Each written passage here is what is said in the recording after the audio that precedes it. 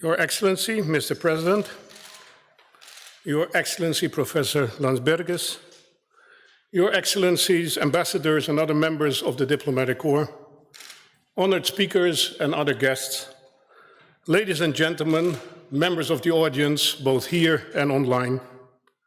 On behalf of the organizers, the Andrei Sakharov Research Center for Democratic Development and Vytautas Magnus University, I welcome you to the conference commemorating 30 years of diplomatic relations Lithuania-Russia.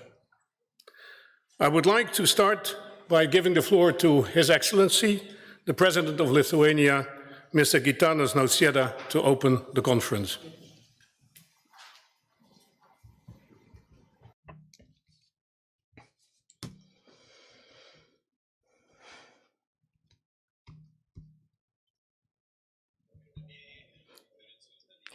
Ladies and gentlemen, dear participants of the conference, welcome to today's discussion dedicated to the 30th anniversary of diplomatic relations between Lithuania and Russia. When we think about this period, we inevitably face two different angles of approach. First, it is an opportunity to recall how the people of Lithuania and Russia pursued freedom together 3 decades ago. This was not only the period of the Act of March the 11th, but also the Declaration of June the 12th. It was the time when Lithuanians in Vilnius and Russians in Moscow bravely stood against the tanks, feeling each other's genuine support. Together we were stronger. Therefore, today it is even more painful to see that many of the hopes and expectations we had for the future of our large neighbor have been dashed. The sprouts of democratic reforms in Russia have withered before our eyes. Russia has repeatedly resorted to military aggression against sovereign neighboring countries. Still, this does not mean that we should disown the past and the bilateral treaty. We must not forget the most important achievements we have accomplished together. That is why I am sincerely glad that today's conference will focus on the Lithuanian-Russian Treaty, on the foundations of interstate relations, a historic milestone, and I'm not afraid of this word, in the history of our nations. I would like to remind you that 30 years ago, Lithuania and Russia agreed to establish fair, equal, civilized relations based on mutual respect. Our countries unequivocally and irrevocably recognized each other as full subjects of international law and sovereign states, and committed themselves not to use force against each other and not to interfere in each other's internal affairs. The then Russian leadership realized and recognized the injustice done to Lithuania in 1940 and identified the need to eliminate all the consequences of the annexation. This strengthened Lithuania's position in the difficult negotiations on the withdrawal of the occupying army. From today's perspective, we must also keep in mind that the Treaty of July the 29th recognized Lithuania's right to independently exercise its sovereignty in defense and security. This was crucial for us during our negotiations to join NATO. Ladies and gentlemen, we know about the Russian government's attempts to deny the core provisions of the Treaty of July the 29th. This is because the forces that 30 years ago wanted to undermine both independent Lithuania and independent Russia are still at work in Moscow today. The aggressive policy of today's Russia threatens not only the security of Lithuania, but also the security of the entire region. International law has always been and remains on our side. Despite the changes in Russia's domestic and foreign policies, the treaty between Lithuania and Russia on the fundamentals of interstate relations is still valid. It continues to be a legal barrier to any attempts to encroach on our statehood, sovereignty, and territorial integrity. Today, we have irrefutable arguments to counter the blatant lies spread about the 1940 occupation. We can demand that Russia continue to honor its commitments. However, it would be wrong to consider the Treaty of July the 29th as an achievement of Lithuania alone. We should not forget that it was also a great victory for Russia, enabling it to emerge from a depressing historical legacy. Now we can only speculate on how bilateral relations would have developed if Russia had been able to make good use of that unique historical moment and had continued to move in the direction of democracy. We can only speculate on what Russia would look like and what its achievements would be in building national well-being, if not for the revived ambitions of imperial domination. Even today, the signatures on the Treaty of July the 29th support our hope that good relations between neighbors are possible. It is certainly possible to repeat things that once happened. Russia demonstrated once its determination to reach agreement with neighbors, and it can still have that determination back. But this will require, first and foremost, a major effort by the Russian people themselves to fundamentally change their country and revitalize democratic institutions. It will also require our patience to maintain a strong value-based position and our ability to bring like-minded people together in the West. A relationship with Russia based on mutual respect and trust is a long-term goal for our country. It is not only Lithuania's security that depends on our efforts as we work together with our allies and partners to achieve this goal. It may also predetermine, at least in part, lasting peace and respect for human rights and freedoms throughout the region. I believe that we will never lack the will to pursue this ultimate goal. Today's debate shows that we are on the right track. May it inspire us and give us the strength to seek wise solutions and fair conclusions. Thank you very much.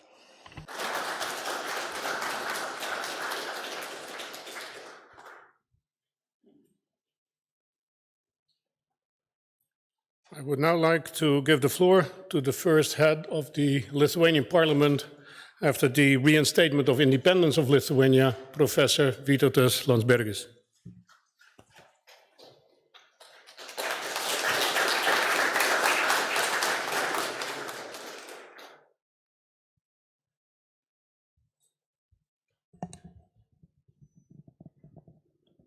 Jūsų Ekscelencija, Your Excellency, the President of the Republic of Lithuania, everyone who is here in this forum. Indeed, I'm very glad and feel privileged to be able to share some of my insights with you, and I would gladly use this opportunity not only to give the welcoming address, but also to share some of my thoughts with you.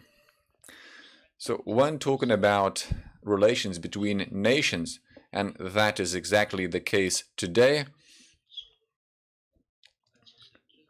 most of the time I would rather relinquish some of the notions such as good relations or poor relations. Well, relations are the way they are. As they say, they can always be better or they can always be worse. and that mostly depends on two parties of these relations, on what they aim, on what measures they resort to when trying to achieve their own goals and objectives. And therefore relations is something of a given that we have to face, that we have to live in, to act in, and of course all the people of goodwill, they want to have less of evil, less of confrontation, less of threats, and less of anger. Well, some people understand their goals and objectives of their policies in a different manner, and sometimes they think that it is confrontation and it is threat to other nations is one of the ways to achieve their objectives. It allows them to set their foot and strengthen their foothold, and we have more than enough of this kind of approach in the world. However, at this point in time, when talking about the relations between Lithuania and Russia, we are referring to the continuum of the last 30 years. It is the 30 years anniversary, and Lithuania and Russia has had a long and complicated history that spans hundreds of years and also includes the 20th century. And we also had what we were referring to as normal relations with some degree of respect, a respect of big state towards a smaller state, and sometimes, well, we might call this a conditional respect, while calculating their chances of how to realize their objectives. And sometimes they were looking for other opportunities. And sometimes even when you have what's referred to as good relations between the former Soviet Union country and Lithuania, there were some strategic maps which were being printed, and in those maps Lithuania was categorized as a part of that other country, and nobody was trying to hide that objectives, and that was done even in the times of the so-called good relations. So we see that everything is conditional, everything depends on a number of factors and things. Well, the treaty in question is a very special one. I think that sometimes we don't understand how important that was, not to talk about other countries in the neighborhood. In fact, this treaty opened the pathway, the road, the perspective, the opportunity towards a different dimension of relations, which are different from the usual type of relations between small and big countries. At that point in time, Russia was led by democratic politicians, and first of all I'm referring to the president of the Russian Federation, Mr. Yeltsin, who indeed wanted to see a different type of Russia come into existence, different from Russia used to be in the Soviet times and historically in the older times. And we would see that manifest in some statements and in some of the acts and behavior of Mr. Yeltsin, and while negotiating, while signing the treaty. And we indeed remember these moments, these things very, very vividly. One of those moments is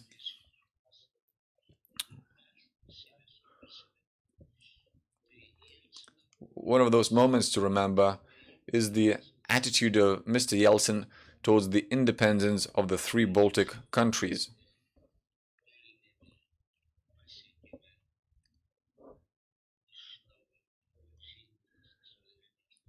When we achieved the status of the newly recognized independence, and when we became members of international organizations,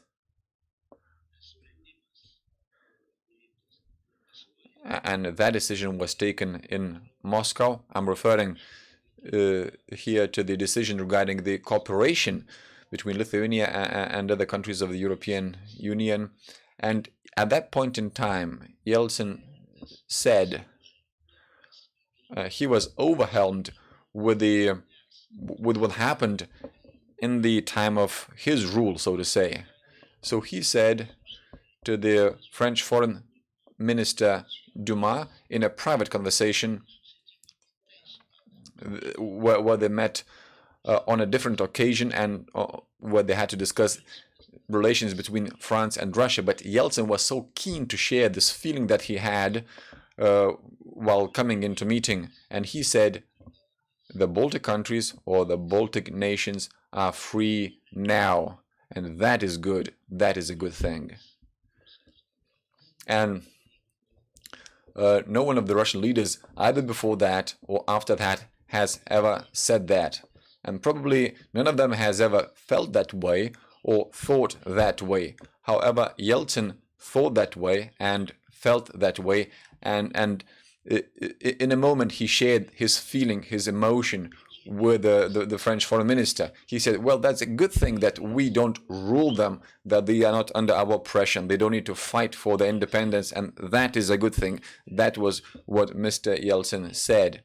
So that is what Russia could have become, but it didn't, or it hadn't. And we know the reasons for that. They are quite clear and quite public. However, I'd like to go back to my first thought about relations, about the way how good they are or how bad they are. Well, as I said in the beginning, they are the way they are. And they are the way the partners of these relations are, or they depend on the partners and on their objectives, on their goals. If they are coming with goodwill, good intentions, and where the partners want for the good to prevail, for the harmony and concord between the two nations to prevail, that is very, very important. Or maybe that is not necessary. Maybe that is not the case. Maybe there's a partner which just maintains some sort of relations and thinks, well, time comes and we will see, well, what our relations will look like. So these are not really true relations. They are just the way they are in a particular moment in time. And I think that these days we live in the day that, well, it is as it is. We have a neighbor that is putting out threats constantly, which demonstrates a massive military power just at our doorstep. And he makes public comments as to how many days it would take for the neighbor to destroy us. And that is not the way good relations are built. That is expansionism, that is hegemonism.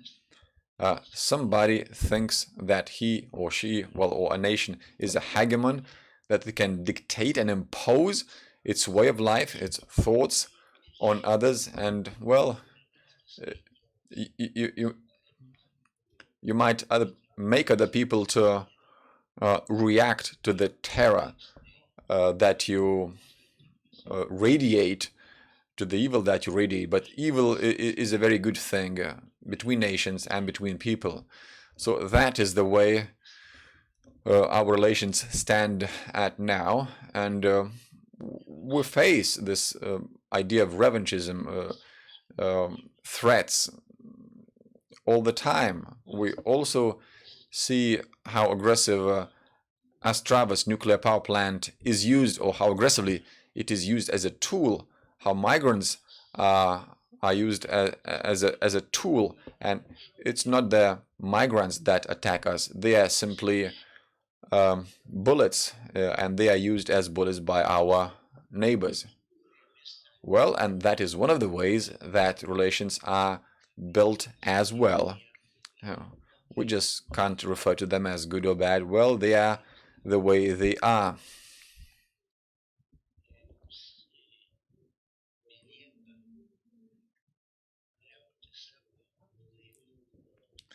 So the only thing we can resort to is our common sense, and our ability to see the relations for what they are.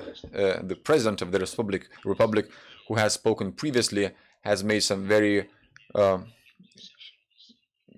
very good remarks about the way the relations are at this point in time. And we are very candid, we are very open, and it's not because we are very arrogant. We want to show our neighbor its place. No, that is not the case. We just see the state of affairs for what it is, and we are talking about in hope that more people will be able to see the relations for what they are right now, and they will be able to see that in a just, fair, and honorable manner. We remember now that there was a time when Russia was an honorable partner, and that is a very rare and exceptional case in our history between the two countries. However, there was such a time, there was such a case. However, what I'm saying is that this type of relations is possible, and we still have hope. We cherish this hope in our hearts that an effort to have amicable relations between the two nations might become a possibility, and we want this relation to be the way it was at the outset while this historical treaty was being signed 30 years ago. Thank you very much.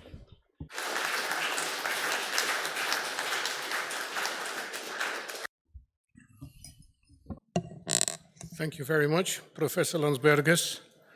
Mr. President, I understand that you need to leave us. Thank you very much for coming here and opening this conference. Ladies and gentlemen, please rise. The President is leaving.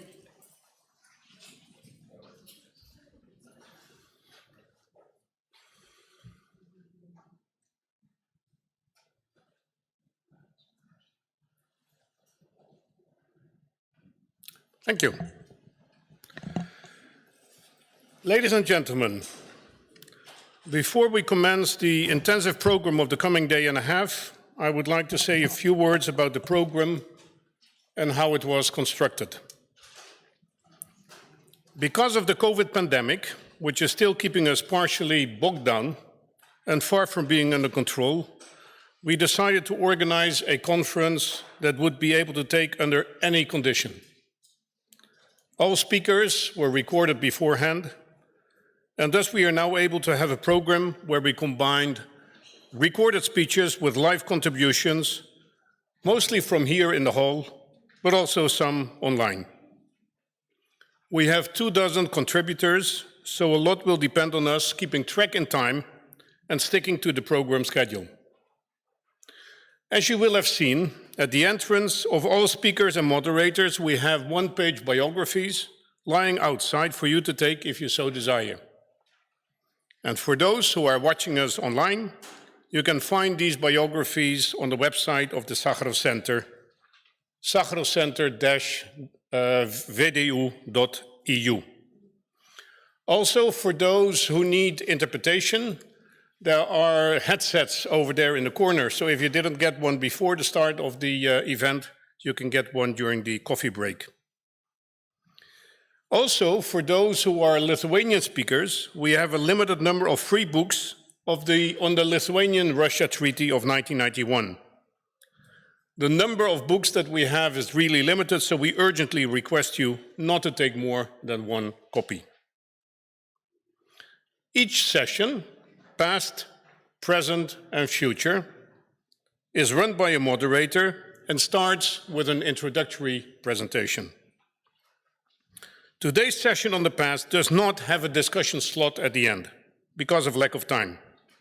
So if you have pressing questions on this subject, you can put them to the person in question during the coffee break or tomorrow when we discuss present and future. Before giving the floor to the first introductory speaker of today, Professor Mike Morgan from the University of North Carolina at Chapel Hill, I would like to take the opportunity to thank those who made this conference financially possible. These are the Office of the President of Lithuania, the Ministry of Foreign Affairs of Lithuania, the Ministry of Defense of Lithuania, the embassies of, in alphabetical order, Finland, Spain, the Netherlands, the United Kingdom, and the United States, as well as the Institut Français, the broadcasting company RRT, Vytautas Magnus University, the Vilnius Convention Bureau, and the Federation Global Initiative on Psychiatry. We are extremely grateful for their contribution. So the first speaker of today, online, is Professor Mike Morgan from the University of North Carolina at Chapel Hill in the United States. Professor Morgan will put Lithuania's path to the reinstatement of independence in the context of the Helsinki Accords, which were signed in 1975 and eventually led to the disintegration of the USSR and the regained freedom in this part of the world. Mike Morgan is author of the book, The Final Act, the Helsinki Accords and the Transformation of the Cold War. Mike Morgan. It's a pleasure to join you, albeit virtually, for this discussion of a vital and fascinating subject. The title of this conference asks whether good neighborly relations between Lithuania and Russia are possible. So it's appropriate, I think, to start this afternoon by looking backwards at the history of relations between the two countries and to consider what examples the recent past can offer us today. At present, as you know, relations between Lithuania and Russia are uncertain, and there are real concerns that they may get worse. In this context, it may be helpful to look back to a time when things were different, when a spirit of mutual respect and cooperation and optimism prevailed between Vilnius and Moscow. I'm thinking in particular of the landmark treaty that Lithuania and Russia signed in July 1991, whose 30th anniversary we're celebrating this year and at this conference. This treaty, and you can see the text here in both Lithuanian and Russian, laid the foundations for the relationship between two sovereign, independent states. It provides the basis for everything that has happened between the two countries over the last 30 years. And it's also a model of what is possible in their bilateral relations. This treaty was a remarkable document. When it was signed, of course, the USSR was still in existence, but leaders in Vilnius and in Moscow, in particular Vytautas Landsbergis and Boris Yeltsin, seen here, had negotiated what was effectively an agreement between two sovereign states, not two constituent parts of the Soviet Union.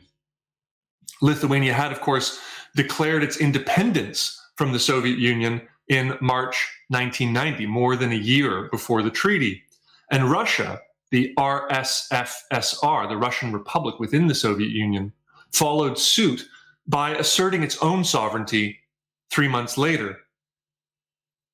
The 1991 treaty reflected those claims to sovereignty and to the new status to which leaders in Vilnius and Moscow aspired. What's even more remarkable, the treaty recognized that the USSR had illegally annexed Lithuania, and also by implication, Estonia and Latvia in 1940.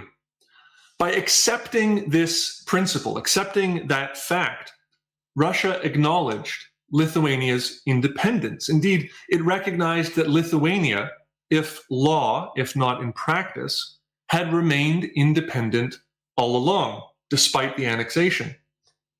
Russia also repudiated the very legitimacy of the USSR itself, since it had been based on conquest and the use of force. rather than on the consent of the constituent republics, as the Union Treaty claimed. The 1991 treaty articulated a number of foundational principles to guide relations between Lithuania and Russia. And the most important of these principles were the following: the non-use of force, non-intervention in each other's domestic affairs, the inviolability of their frontiers, their ability, their right to choose their own alliances, economic cooperation, and respect for fundamental human rights. Now, to our ears today, these may sound like anodyne principles of international affairs. But what I want to suggest is that they had, in 1991, a particular genealogy that illuminated the wider significance of this treaty.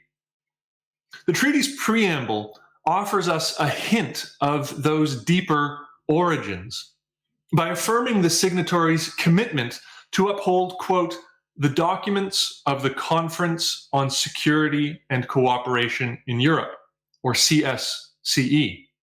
In fact, the treaty's conception of international affairs, its vision of how the international system should work, came straight from the CSCE's founding document, the Helsinki Final Act. The Final Act, which was one of the pinnacles of Cold War diplomacy, had been signed at a star-studded summit meeting in the Finnish capital in the summer of 1975, and you can see a photograph of that ceremony here. This sprawling document outlined a very particular vision of international security, international peace, and international legitimacy. This vision emphasized that security required far more than just military strength or strong borders. It also demanded international cooperation, openness, transparency, trust, the freer movement of goods and information, and above all, respect for universal human values and the application of a single set of rules across all of Europe, rather than one set of rules and values for the East and another for the West. The Helsinki Final Act did much to shape the way that the Cold War ended and the new Europe that emerged in its wake in 1990 and 1991. We can see the Final Act's influence in the diplomatic landmarks of the end of the Cold War, including the 2+4 negotiations that led to the reunification of Germany, and also the 1990 Paris Charter for a new Europe. We see its influence also in the 1991 Lithuanian-Russian Treaty, whose core principles, which I mentioned a moment ago, came straight from the text of the Final Act, down to the specific words used to describe those principles, such as inviolability and non-intervention. You can also say that the treaty's biggest implicit idea, which is that states could redraw international borders by mutual consent, also came from the Final Act, which explicitly provided for that principle. So there are, I think, unmistakable connections between the two documents, between the ideas of 1975 and the ideas of 1991. I'd like to take this point one step further and suggest that we can gain a deeper understanding of the 1991 treaty and what it meant for relations between the two countries if we see it as one piece of the broader story of the Helsinki Accords and the effort to reunify a divided continent. In order to do this, we have to jump back to the 1960s and the 1970s and consider how the final act came into being and how it influenced the Cold War in the years after 1975. And by looking at those questions, I think we can grasp the full significance and potential of that 1991 treaty. In its ambition and its scope, the final act, whose title page you see here, was the most ambitious diplomatic undertaking of the Cold War. It covered nearly every aspect of international life, including the nature of states' borders, the limits of their alliances, military security, economic cooperation, and the freer movement of people and information across borders. Where did the final act come from? Why was it created? Very simply, this was a response to two parallel crises of legitimacy that gripped the Soviet and American-led international orders during the 1960s. The principles on which they had long operated since the end of the Second World War and which held them together both domestically and internationally started to crack up. In different ways and for different reasons, those foundational principles crumbled. The nuclear stalemate between East and West raised difficult questions about the meaning of security in a divided world.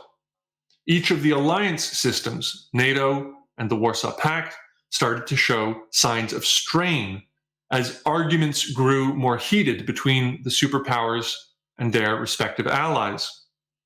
More and more citizens in the East lost faith in Marxism, Leninism, and the Soviet model. And meanwhile, citizens in the West increasingly doubted the promises of liberal democracy and American leadership.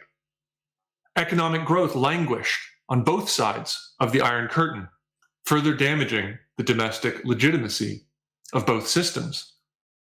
In response to these parallel crises, leaders in East and West started looking for ways to rebuild that legitimacy. Soviet and American leaders, in particular, Leonid Brezhnev and Richard Nixon, the Soviet General Secretary and the American President, wanted to stabilize the Cold War and to promote the coexistence of the capitalist and communist systems. By contrast, a number of Western European leaders, especially Willy Brandt of West Germany and Georges Pompidou of France, seen here, wanted to transcend the Cold War by attempting to erode the communist system over time. All four of these leaders were committed to peace, but they understood peace, the meaning of peace, in different ways. For Nixon and Brezhnev, peace meant stabilizing the relationship between the two orders, East and West, in order to reduce the risk of war. Pompidou and Brandt had a more robust idea of peace. In their view, peace was not just a matter of avoiding war.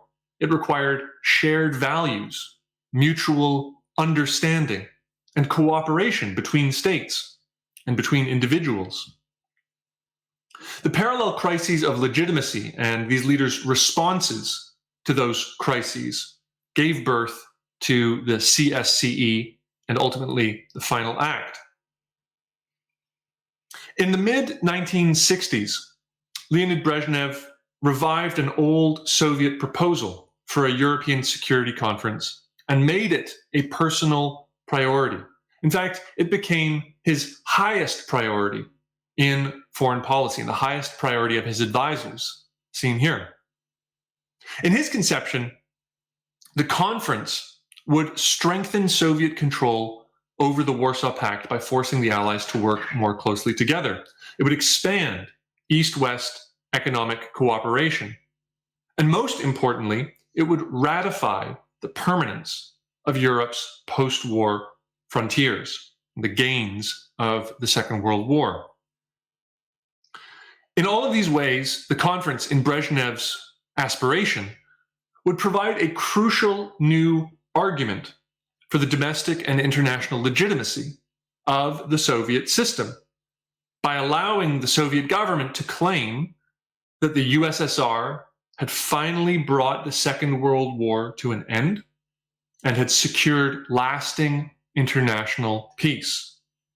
And also that it would now be able to provide for its citizens' material needs, thanks to stronger economic relations with the West.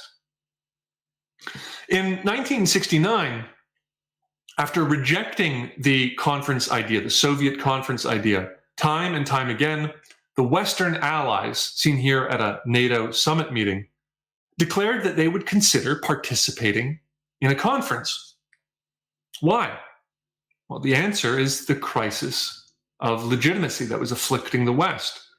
The Allies feared that if they continued to rebuff the Warsaw Pact's overtures, they would undermine Western citizens' support for NATO by giving credence to the accusation that it was the West that was ultimately responsible for the continuation of the Cold War. The Western Allies also reasoned that they could turn the conference idea to their advantage and exploit the Eastern crisis of legitimacy in turn. To this end, they insisted on expanding the conference agenda. The Soviets had proposed a minimalist agenda for the conference that would focus on recognizing Europe's frontiers, banning the use or threat of force, and encouraging economic cooperation. But the Western Europeans insisted that the conference should also discuss humanitarian questions, specifically human rights and the freer movement of people, ideas, and information across borders.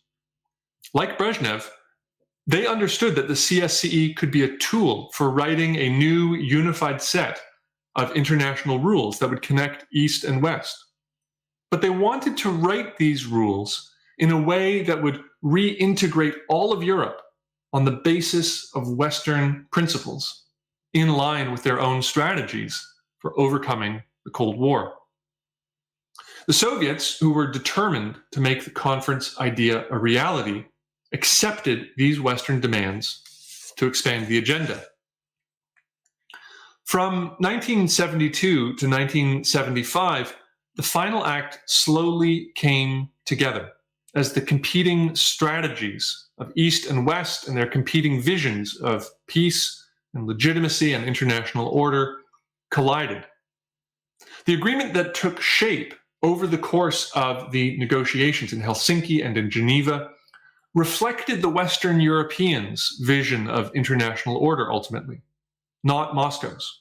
And so the text of the final act, which Brezhnev signed at that summit meeting in 1975, said that borders were only inviolable, not immutable. That is, contrary to Soviet demands, they were not permanent. States could not redraw them by force, but they could change their borders, quote, by peaceful means and by agreement. The final act declared that states had the right to choose their own alliances, thereby challenging the Brezhnev doctrine and the USSR's control over the Warsaw Pact. The final act enshrined respect for human rights and fundamental freedoms as a fundamental principle of international security, equal in importance to state sovereignty and non-intervention. None of these things was particularly palatable to the Soviets, but they accepted the Western Allies' demands because Brezhnev was determined to get a deal, and because he believed that state sovereignty would protect the Soviet government from implementing any provisions that it deemed to be unacceptable. Besides, Brezhnev had staked his reputation and his legacy on bringing the CSCE to a successful conclusion. If it failed, so too would his strategy and his ambitions. An unavoidable irony here, of course, is that in order to reach the agreement that he hoped would provide a new legitimacy for the Soviet system, Brezhnev accepted Western demands that threatened the system's legitimacy in profound ways. There was another, perhaps more surprising influence on Soviet policy too. Some members of the Soviet government and the Soviet delegation at the CSCE negotiations wanted the final act to endorse liberal principles, particularly on human rights and freer movement, as a way of opening Soviet society to the world and ultimately bringing about reforms that they believed were necessary. Thanks to these Soviet concessions, the final act provided the basis for a new and unified European order. The agreement emphasized dynamism and change, not stability, openness and transparency, not opacity and confrontation, the security of individuals alongside the security of the state, and the limits of state power, not absolute state sovereignty. If we think of the years before 1975 as a struggle to work out common principles of international order, we can see the years after 1975 as a struggle to enforce compliance with those principles. At CSCE follow-up conferences in Belgrade and Madrid between 1977 and 1983, Western governments and NGOs pressed the Soviets and Eastern Europeans to live up to the promises that they had made in Helsinki. Public interest in both East and West in the final act rose considerably. For example, with the Sakharov hearings starting in 1975 and the establishment of Helsinki Watch in 1977, to say nothing of the work of activists in the USSR and Eastern Europe, who also demanded that their governments follow through on Helsinki's promises. Even in the face of this fierce criticism, and even as East-West relations reached a low point in the early 1980s, the Soviets refused to withdraw from the CSCE. By this point, the Soviet Union had closely tied its claims to domestic and international legitimacy to the final act itself, and it couldn't repudiate the CSCE without threatening its own legitimacy. To give you one example, the final act's 10 basic principles of international relations, the so-called Decalogue, were incorporated into the new Soviet Constitution of 1977, seen here, incorporated verbatim. And so this is one, but I think a very powerful example, and there are others, of the way in which the final act came to occupy a central place in the way that the Soviet government presented itself to the world and to its own people. The struggle over the implementation of the final act changed dramatically when Mikhail Gorbachev took power in 1985. The new General Secretary radically rethought the assumptions of Soviet domestic and foreign policy. We can't say that he got his ideas from the final act, but we can say that those ideas echoed the CSCE's most important principles. His concept of the common European home, for example, started from the premise that the continent of Europe required a new, unified international order based on a shared set of values. The final act embodied this idea too. And over time, Gorbachev embraced nearly every major point of the final act. In seeking to rebuild the foundations of the socialist Commonwealth in Eastern Europe, he rejected the use of force against Soviet allies, accepted the principles of non-intervention and self-determination, and repudiated the Brezhnev Doctrine. Gorbachev embraced a broader concept of security, which included respect for human rights as a core principle. In 1989, the American President George Bush and West German Chancellor Helmut Kohl cited the final act in making their case for German reunification and demanding the withdrawal of Soviet troops from German territory. Gorbachev accepted the validity of these arguments and granted that the Helsinki Principles had established that borders could be changed by consent and that every state had the right to choose its own allies. The 1990 Paris summit, which signed the Paris Charter for a new Europe, which I showed you a few moments ago, was the closest that the Cold War came to a final peace conference. And it was itself the product of the CSCE, the first CSCE summit meeting, in fact, since the first one, the original one in Helsinki in 1975. The Paris Charter, which came out of this summit meeting, recapitulated the principles of the final act. And among other things, it declared that respect for human rights was an essential principle of international order. It's too much to say that the final act and the CSCE caused the end of the Cold War. That process involved a panoply of political and economic and social factors that went far beyond the CSCE. But we can say that the CSCE hastened the end of the Cold War and provided a blueprint for the peace settlement that ended the conflict and established Europe's post-Cold War order. What does this history of the final act and of the CSCE tell us about the 1991 Lithuanian-Russian Treaty and the longer trajectory of relations between the two countries? I would highlight four things. First, the treaty's significance went well beyond the literal meaning of the text.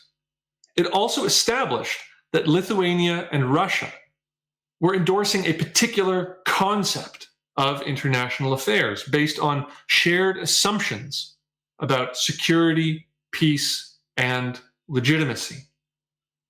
Second, the fact that these principles reflected ultimately Western ideas as filtered through the final act gave some reason to hope for the integration of Lithuania and of Russia eventually into a single reunified Europe, bound together by a shared commitment to liberal values and universal rights. Third, by embracing these values in 1991, the Lithuanian and Russian governments put Mikhail Gorbachev and the USSR in an impossible position, since the General Secretary himself had endorsed those same values on multiple occasions. The initial negotiations between Lithuania and the Soviet Central Authorities in the autumn of 1990 may have failed, but it's unsurprising that Gorbachev came to terms with the reality of Lithuanian independence a year later, shortly after the Lithuanian-Russian Treaty was signed. And this fact, I think, demonstrates the power of those values, the power of the treaty to bring about real changes in international affairs, and ultimately it contributed to the breakup of the Soviet Union in a very important way. Fourth, and finally, this history suggests that in relations between Vilnius and Moscow, and in international affairs more generally, much depends on the personalities of the leaders involved and whether they share the same ideas or congruent ideas about fundamental questions like peace and legitimacy. As a consequence, good neighborly relations between Lithuania and Russia are contingent and fragile, not inevitable. 30 years ago, there was reason for great optimism. That optimism has faded somewhat in the intervening years, but this historical record shows, I think, that with the right ideas, the right circumstances, and the right leadership, that optimism can be restored. Thank you.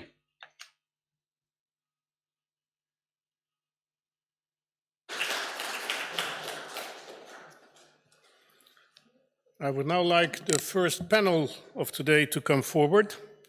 The panel will be moderated by Emilia Pungiu-de-Gallois. She obtained her PhD in political science and international relations at Sciences Po in Paris and is currently a research fellow at the Vytautas Magnus University in Kaunas.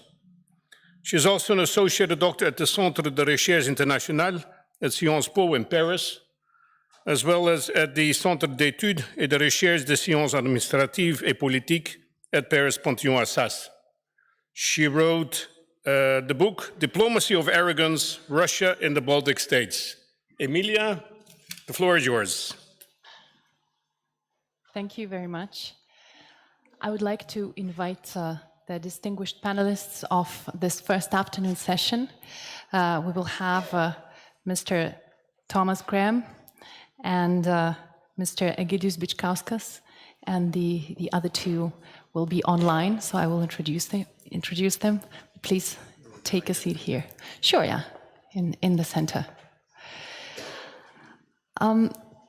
So with your permission, I think that today's first panel is the most important one in this event, because we are commemorating a historic event, the signing of a bilateral treaty of interstate relations between Lithuania and Russia. The treaty is one of the biggest achievements of the Lithuanian and Russian diplomacy, which reminds us perhaps as well that there can be conditions and there can be people who can conduct a good and honest, in the words of Professor Landsbergis, neighborly relations. This session is also special in the sense that we will not have time for questions, but please keep your questions to the speakers for the coffee break or after the session, and then if you have important comments to make, we will have more time tomorrow. We are in the presence of very honorable witnesses of the events, but also active participants of the events. So this session is more of a listening one, because it's very important to hear the witnesses of those heroic times. And it's my honor to present our speakers. I will present all of them, and then I will invite them one by one to give short comments. We have Mr. Thomas Graham, who is a distinguished fellow at the Council on Foreign Relations and also a senior advisor at Kissinger Associates INC. He's a good expert of Russia and has worked for the United States government during those important times of the 1990s. He was a special assistant to the president and senior director for Russia on the National Security Council staff of the United States of America.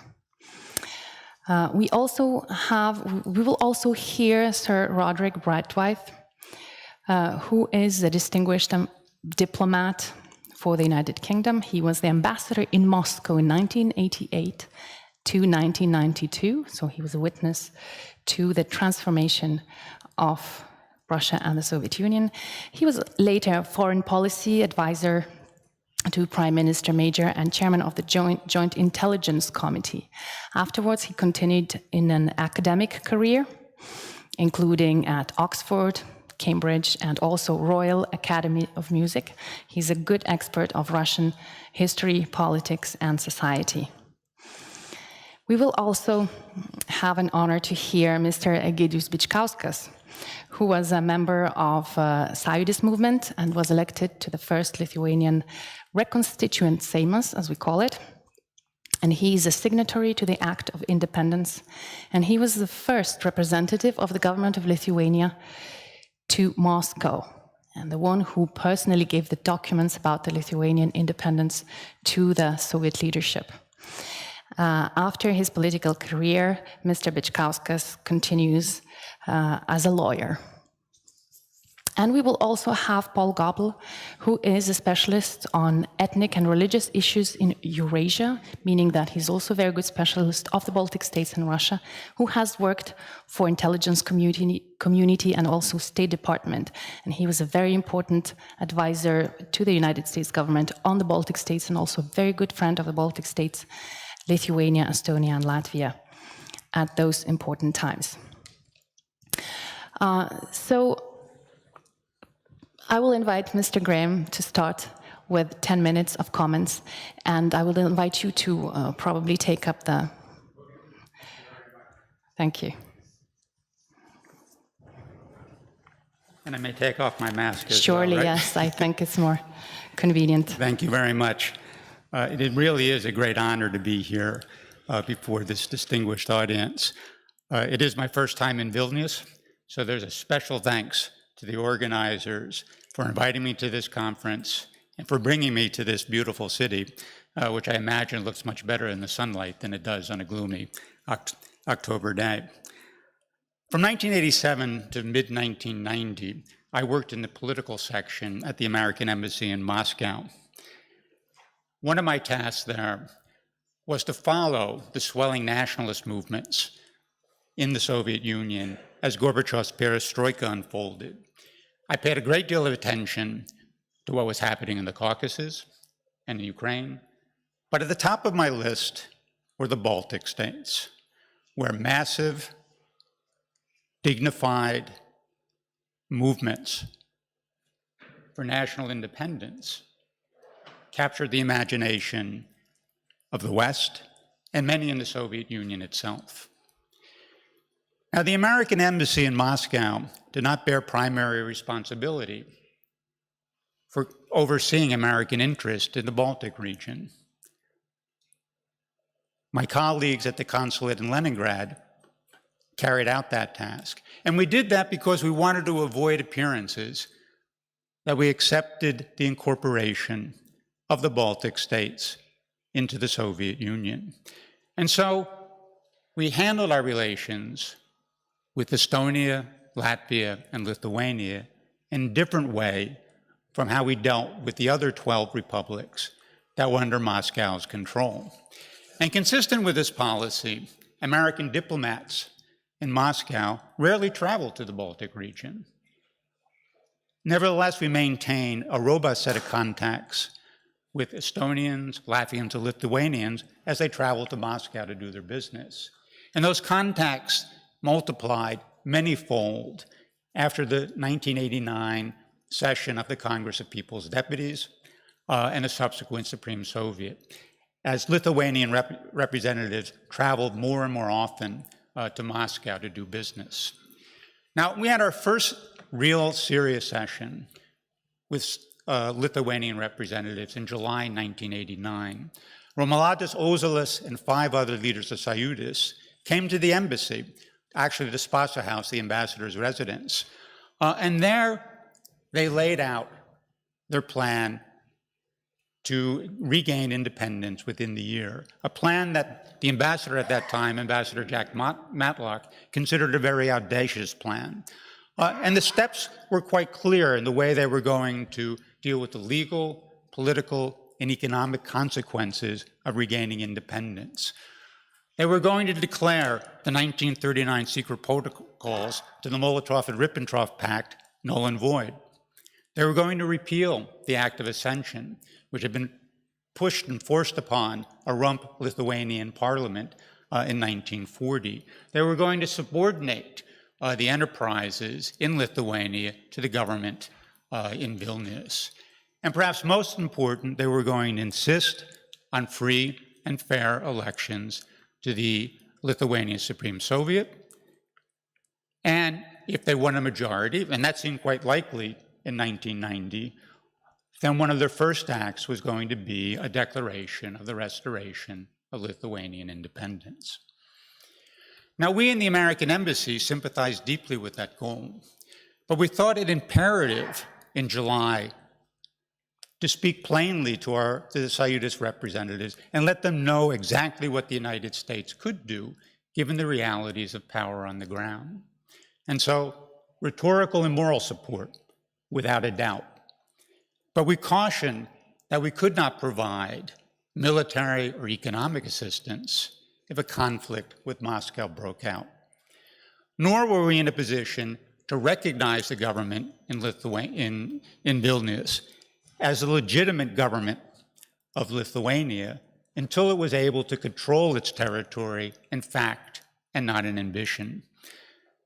We were very blunt in telling the Sąjūdis representatives that in many ways they were on their own and they needed to tread carefully. To their great honor, the Sojudis representatives didn't flinch at all. And I think Ambassador Matlock came away impressed with the seriousness of purpose, the determination, and the appreciation of the complexity of the challenges ahead that the Sojudis leaders carried at that time. And we made a decision at that point that we needed to maintain constant contact with the Lithuanians as the strategy unfolded. Now, one of my tasks at the embassy was to liaise with the Lithuanian mission in Moscow. It was located a few blocks away from the embassy, and it was soon to be headed by Egidijus Bučkauskas. I thought in many ways I was the ideal person to do this. I was only a second secretary back then. And so the Soviet authorities would clearly know that we were maintaining this contact, but we wouldn't raise undue concerns that we were encouraging or enhancing Sojudis' effort to move towards independence, that we were in any way providing more than simply moral or rhetorical support for our Ukrainian conflicts. And so what I did day in and day out, week after week, is trek over to the mission and sit down with Egidijus. And there we exchanged views on what was happening in the Soviet Union, in Lithuania, and also conveyed important messages back and forth between Vilnius and Washington. Now, I took all of this, and obviously I reported this back to Washington. And I reported it back with all the other information that my colleagues were gathering as the grand strategy for Lithuanian independence unfolded before our eyes. We were assured repeatedly that our cables were being read at the highest levels in the State Department and indeed in the White House, up to and including the President of the United States. So you can imagine our consternation at the embassy when we received an urgent message from Washington on March 10, 1990, asking us whether the Lithuanians were really serious about declaring a restoration of independence the next day. We wrote one of the briefest cables back to Washington, which basically said, reread our cables. Now, as we know, the Declaration of Independence met with a tough response from Moscow. An embargo, an absolute refusal to talk to the Lithuanians unless they suspended or rescinded the declaration. Now, we knew that wasn't going to happen, but the action moved from the embassy back to Washington.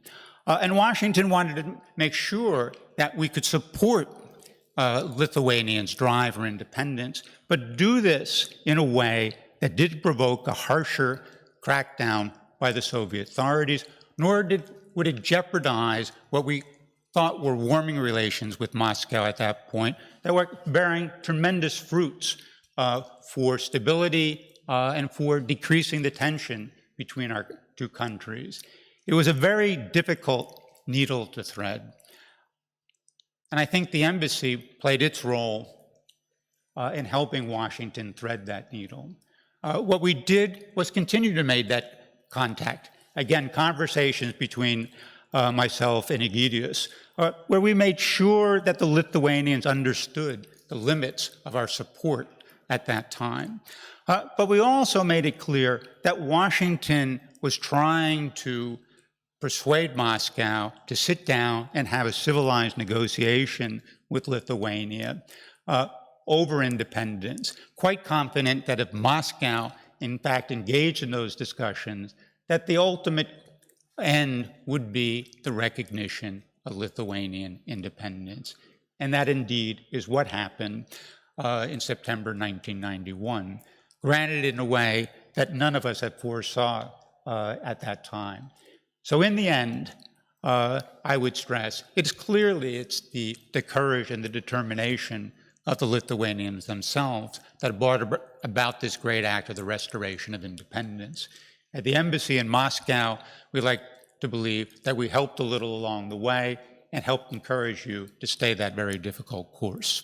So it was a real honor to be working at the embassy at that time, and an honor to be working with Lithuanians on their journey to, I think, a much brighter future. Thank you.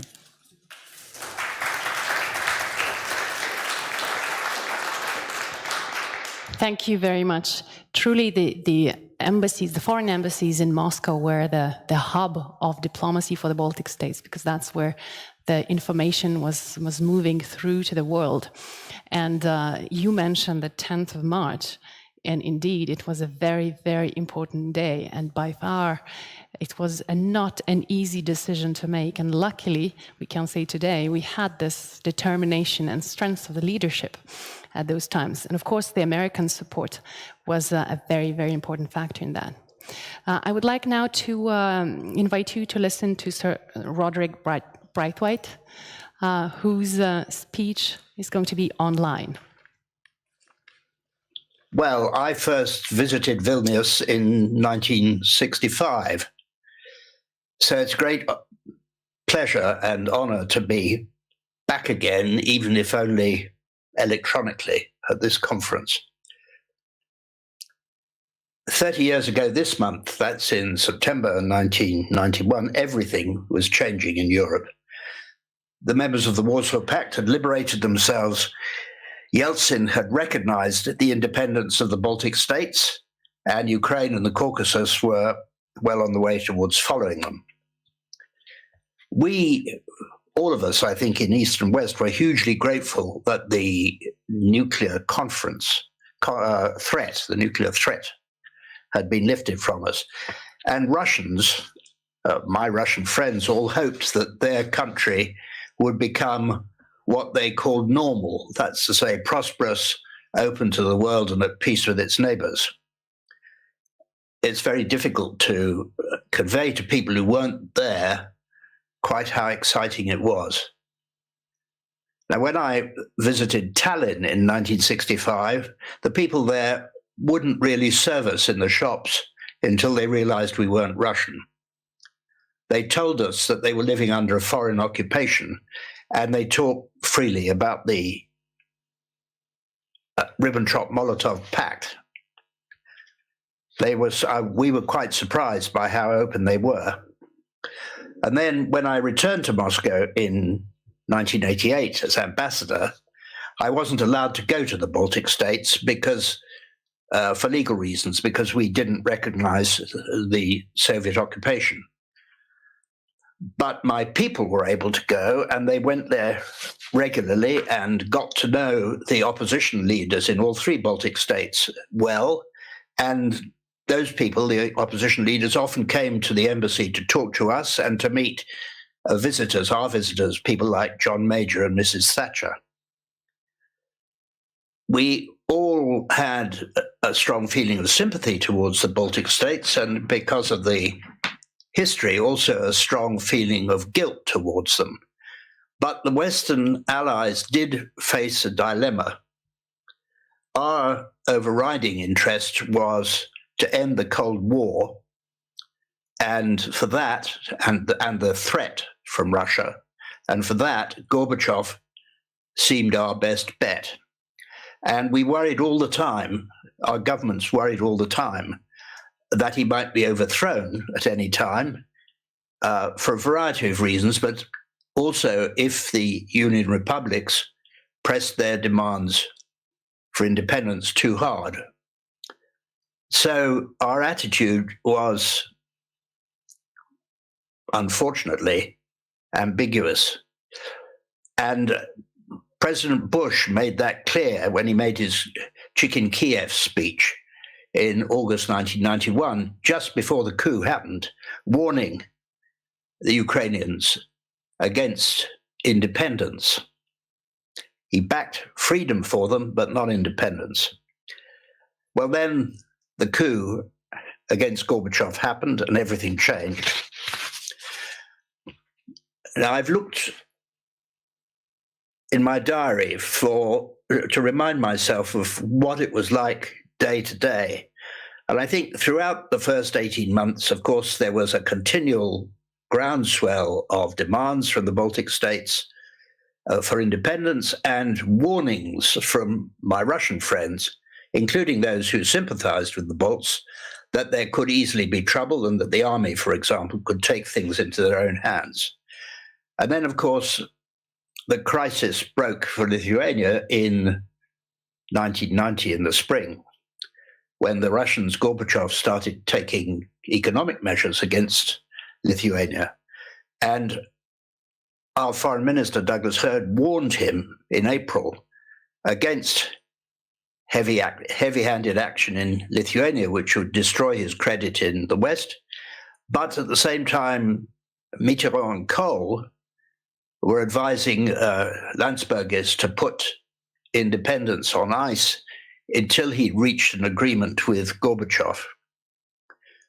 So we were kept informed of all these things. Mrs. Prunskina called on me in Moscow in May, and Landsbergis called on his way to meet Mrs. Thatcher in London and said very firmly that the West now had to choose between remaining true to its principles or following its interests and disgracing themselves. Then there were the shootings in Vilnius in January 1991. We first heard of them when the Lithuanian Foreign Ministry telephoned us, before it was on the news. And our ministers made forthright statements. And I had a colleague in Tallinn when Yeltsin went there to express support. And the same colleague was in Vilnius for the funeral of the victims of the shooting, when the Orthodox bishop said that the Russian people should be ashamed of what had happened. And in Riga, the Latvian prime minister told another colleague that this time the Latvians were determined not to repeat the mistake they'd made in 1940. This time they would certainly resist. Well, in Moscow, the press attacked Gorbachev unmercifully. One newspaper came out with blood pouring down its front page. Gorbachev's people did their best to defend him to me, although they were clearly unhappy. And my own driver, who of course was KGB driver, took part in the demonstrations on the streets against the shootings. I recommended to London that we should offer to help the negotiations between the Baltic states and Moscow, the negotiations for independence, but that for the negotiations to succeed, the Balts would need to offer guarantees for the rights of minorities and some recognition of the Soviet strategic interest in that part of the world. And our prime minister put those ideas to the Baltic representatives whom he met in Moscow in March 1991. Well, then the August coup took place, and we and our allies finally recognized Baltic independence. And 3 weeks later, Yeltsin called the European ambassadors into the White House to meet the representatives of the Baltic states.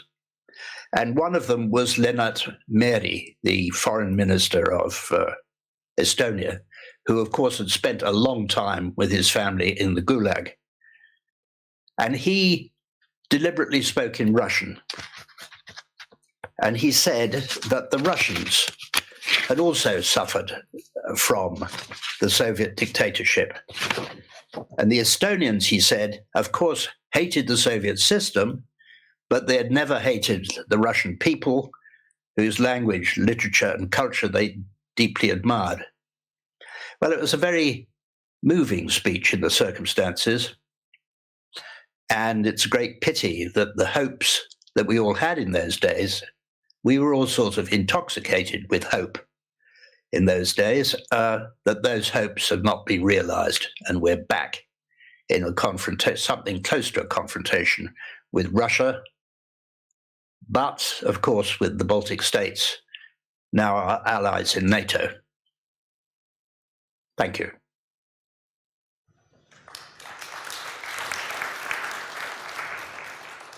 Thank you very much. Sir Braithwaite mentions one important thing is that the relationship between the nations, between the Lithuanians and the Russians, and the importance of the support that the Lithuanian aspirations had from the ordinary Russian people. And I think this is one of the things that Mr. Bičkauskas has also mentioned in either his memoirs or different speeches that he gave about the events in Moscow at those times. So may I invite Mr. Bičkauskas for the 10 minutes of your intervention, please.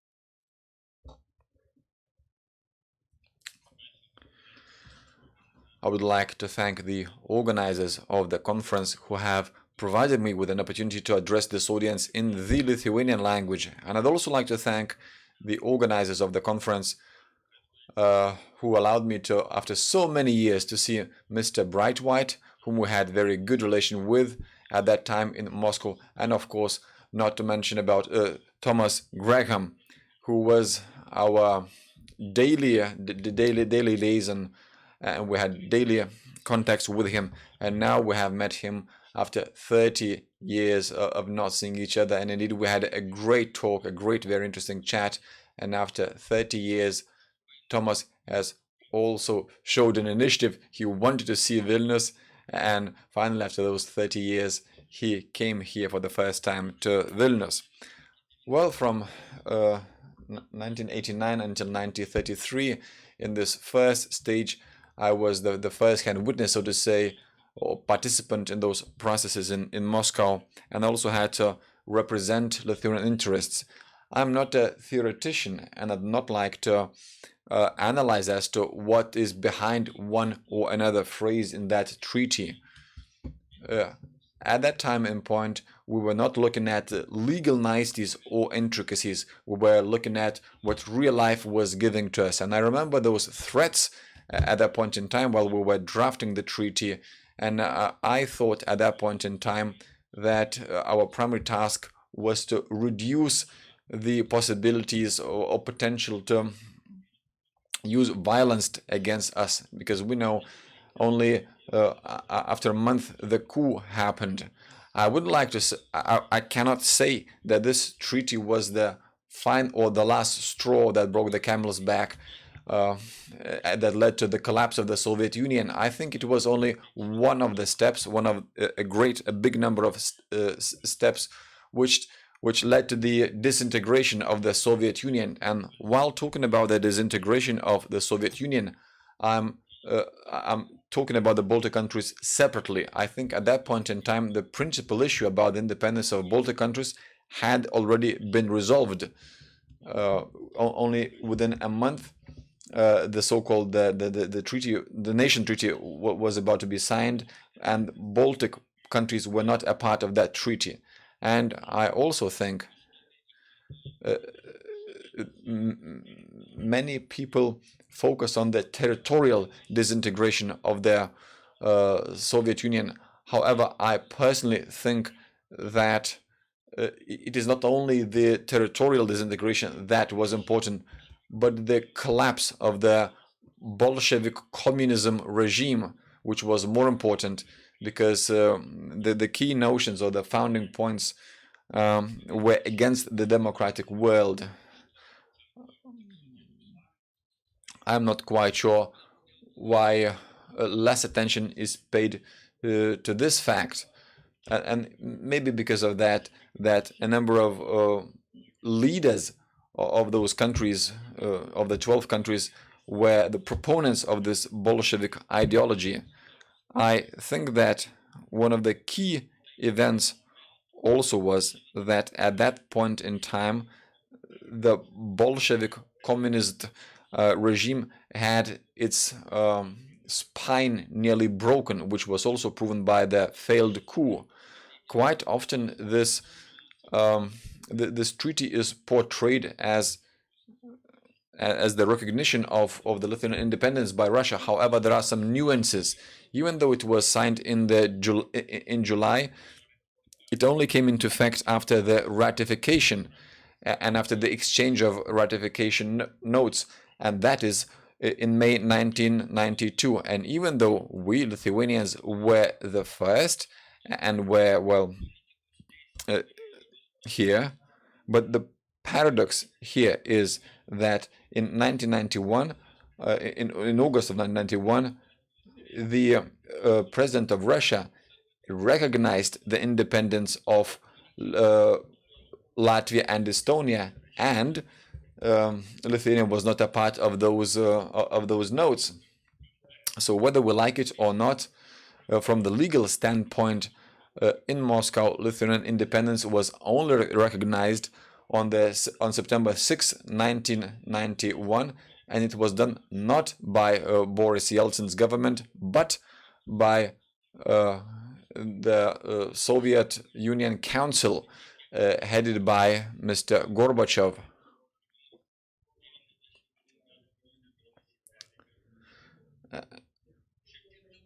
Well, I'd like to say a couple of words about diplomatic relations and about that story. So the protocol on diplomatic relations was signed together with the treaty, and there's a reference to the treaty, and that protocol was only to become into effect after the ratification of the treaty. As far as I know, there were no any practical steps taken regarding the signature of that particular protocol. The website of Lithuanian Foreign Ministry Relations says that our diplomatic relations started on October 9th, 1991, but that is not exactly the case. Algirdas Saudargas, the former minister of Lithuanian Foreign Minister, and Boris Pankin, the former minister of the Soviet Union, exchanged notes regarding the starting of diplomatic relations, but that was not related to that treaty. And I, as a diplomat, was not accredited by the Russian Ministry of Foreign Affairs, but by the Soviet Union Ministry of Foreign Affairs. And only later on, Russia overtook all the practical matters from the Soviet Union. Everything, well, whatever I say, that does not diminish somehow the importance of the treaty. I think it only adds some additional detail and nuances to the complexity of this particular process. Well, I could also mention the fact that I was in the Hall of Parliament, and after the discussions there, Ruslan Hasbulatov suggested that I make a statement, and I refused because as far as I didn't see any threats to the signature of the treaty, my statement there might have caused some additional stir, so I just refused this opportunity. There was another important event after the meeting in Kremlin. So all of the government incorporated together with Mr. Yeltsin came to the Lithuanian embassy, and after Yeltsin was given the award, well, glasses of champagne were raised. And I'd like to stress that not only champagne was a glass of champagne was raised, but something more, and it didn't last for 3 or 4 or 5 minutes. It lasted far way longer. So I think that was very, very unique. And I think that our expectation that our relations would remain in the same format as back in 1991 was quite, well, naive, so to say. It was unrealistic. It's not only the Russian mentality here at play, but we also have this historical experience or historical memory, and that is what I refer to is the psychology of the state. And the change in the Russian foreign policy, without analyzing all the details and all the circumstances, both in the East and in the West, I'd like to note this change in attitude in 1996. That is when the first term of office was coming to an end of Mr. Boris Yeltsin, and Mr. Primakov was taking over.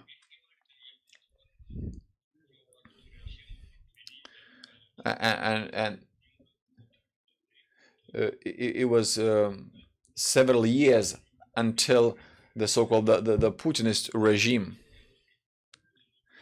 And even up until that moment, certain mechanisms were already at play, and well, we see what followed. Well, in initial relations, usually only one party is not to blame. If our conference limits ourselves only to seeing ourselves as the good guys, and if we fail to evaluate the motivation of Russia and our own motivation in relation to Russia, it would be a failure.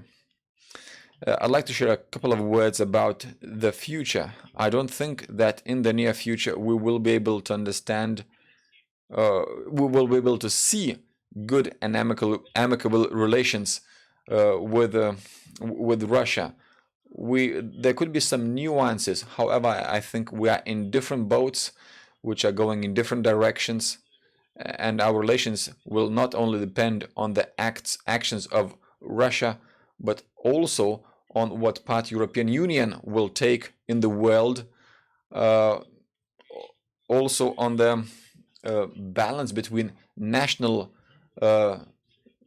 sovereignties of the countries of the EU, of the status in Lithuania, in NATO as well. And I think that we have to see for what it is our interests. We still have to remember that we live in one continent. We can live here, and we must live here in peace and harmony. Cooperate in the areas where we need. In our case, that is European Union. And I'd like to share one phrase, a local colloquial phrase, which I'd like to share with you, and that is, don't take your prayer book to another people's monastery. So I think we should be very cautious about taking our books to other people's monasteries or sanctuaries. Thank you. Thank you for these precious and very precise remarks from the lawyer's point of view. It shows us that history is still to be written. It is being written, but there are still lessons to be learned from the process, and it shows the complexity of the process and the need for creativity and for the strength of will of diplomats who actually participated in these events. With this, I would like to invite you to listen to the speech by Paul Goebel from the United States online. It's a great pleasure for me to have this opportunity to speak to a conference on the anniversary of the 30th anniversary of the restoration of the de facto independence of Lithuania. That was a great day for the Lithuanian people, for the world, and for the progress of democracy and freedom. Many people will point out the many ways in which the Lithuanian people directly contributed to the restoration of this rightful position of Lithuania in the world. Today, I would like to use the time I have to call attention to three other groups of people who mattered enormously in the restoration of Lithuanian independence, not so that they would overshadow what the Lithuanian people themselves did, but so that they not be forgotten, because each of these three groups played a critical role in what happened in Vilnius and throughout Lithuania in 1991. The first of these groups, of course, is the Lithuanian diaspora. Lithuanians living abroad played an absolutely fundamental role in keeping the Lithuanian dream alive, and then at the end helping to engineer the explosion of freedom which returned to Lithuania at that time. As an American, I'm particularly sensitive to the way in which the Lithuanian Americans were responsible not only for the initial recognition of Lithuania by the United States in the 1920s, but also by the role the Lithuanian Americans played in ensuring the establishment of non-recognition policy, which, as all Lithuanians know, played a key role in making sure that Lithuania, like her Baltic neighbors, was treated differently during the Soviet occupation, and which, upon escaping from that occupation, acquired a very different status in the world, so that they, unlike anyone else in the form occupied by Moscow, have been able to enter the key Western institutions of the European Union and NATO. In the 1920s, it was because there were 400,000 Lithuanian American voters that the American president decided he had no choice but to recognize Lithuania, and Estonia and Latvia were added on because one of his political allies was running for re-election, Senator Henry Cabot Lodge. In 1940, many at the U.S. Department of State advocated that the United States have some kind of non-recognition policy with respect to the Soviet occupation of Lithuania, Latvia, and Estonia. But there was great resistance to that in the administration of Franklin Roosevelt. And it was only when Lithuanian Americans went to the White House in 1940 and explained to the president that unless there was a non-recognition policy, he couldn't possibly count on their votes in the upcoming election when he was running for a third term. Throughout the Cold War and the occupation, Lithuanian Americans played a key role in ensuring the continuation of Lithuanian broadcasts from the United States. And in 1991, they were essential as a communication link between the Lithuanian independence movement and Sąjūdis and the American government. I can't stress that enough as someone who, as head of the Baltic desk at the time, was a chief beneficiary of it. The second group of people who played a key role that are often forgotten are the peoples of the Western countries, of the Western democracies, and even the peoples of the Soviet Union. It's often forgotten in the history we tell ourselves now that thousands, indeed even millions, if you sum it up, of people in Western capitals and in Moscow in January of 1991 came into the streets in defense of Lithuania and its right to be an independent country again, and to demand the withdrawal of Soviet troops and an end to Mikhail Gorbachev's oppressive approach in January of 1991.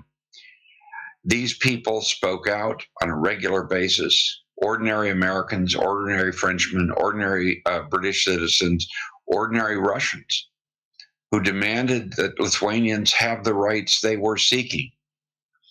Had they not done so, it is unfortunately likely that Western governments would not have been willing to do even as much as they did, although it was less than many of us wanted.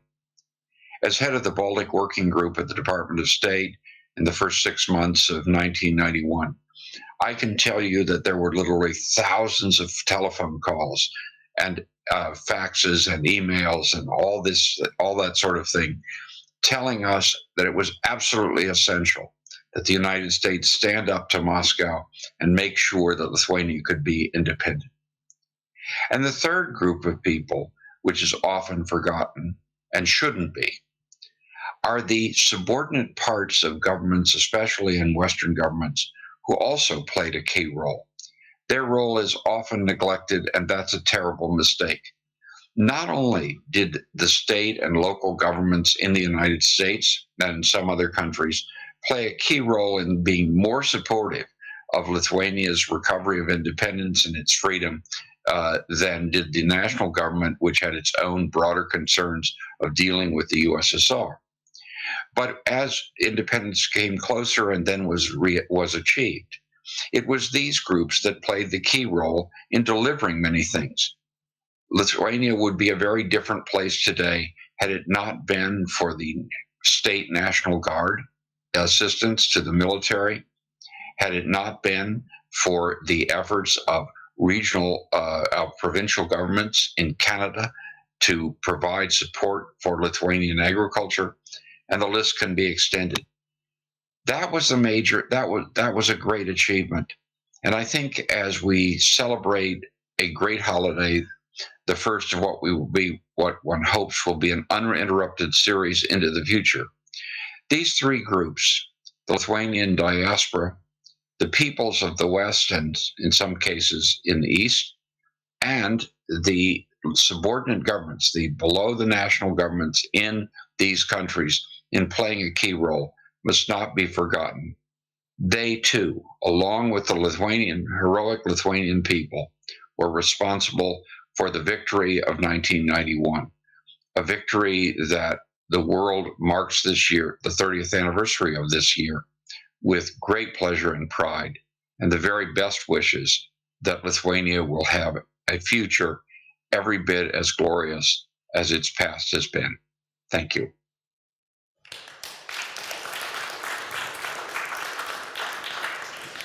I think Paul Gobler has forgotten. It is impossible to say how important it was to have such allies like him of the Baltic states within the American administration. But I will not keep you longer because we have a coffee break right now, and I will kindly invite you to come back for 17:00, 5 o'clock. Thank you very much. Coffee break a little bit, because otherwise you have 10 minutes to get your coffee and run back in. So 17:10 we'll be back.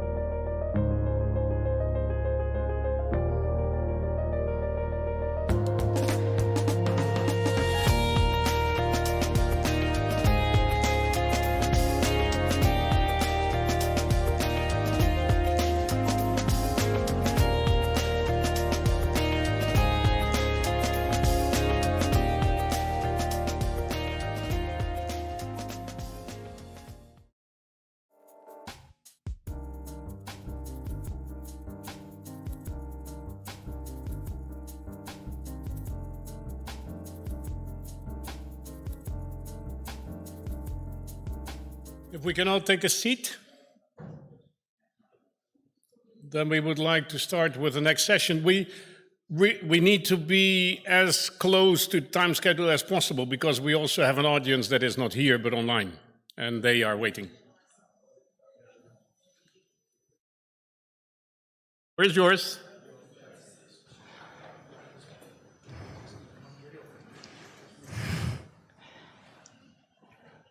Welcome back, and I would like to invite today's second panel of this evening. And we have 4 speakers today. Please.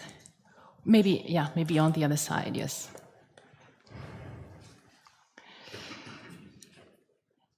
So I have an honor to introduce 4 speakers of the second session today. First, we have Vyacheslav Bakhmin, who is a human rights defender, twice political prisoner of the Soviet Union, who was also a member of the first free Russian Ministry of Foreign Affairs, responsible for Humanitarian and Cultural Cooperation Directorate, and who is also now chair of Sakharov Center and co-chair of Moscow-Helsinki Group. I also have an honor to introduce His Excellency Ole Horpestad, Norway's ambassador to Lithuania, who has been also ambassador to Ukraine. Warsaw, Paris, and Moscow has served also in these cities, and he's also an expert of relations with Russia, Eastern Europe, and also Arctic policy. I also have an honor to introduce Mr. Dainius Žalimas, who was very recently the president of the Constitutional Court of the Republic of Lithuania. He's professor of law and worked at Vilnius University and now at Mykolas Romeris University and Vytautas Magnus University, I believe, and a great specialist of international European law and also on the historical issues of Lithuanian independence. And last but not least, we have Vladimir Yarmolenko, ambassador, signatory of the Declaration of the Restoration of Independence of Lithuania, a member of the state delegation on negotiations with Russia, and a member of state delegation for withdrawal of the Soviet army from Lithuania, so a very active participant of the negotiations with Russia of those times, who has also served as ambassador of the Lithuanian ambassador to Romania, and has since finished his diplomatic career. So how about I first invite Mr. Vyacheslav Bakhmin for 10 minutes of speech. Yes, please.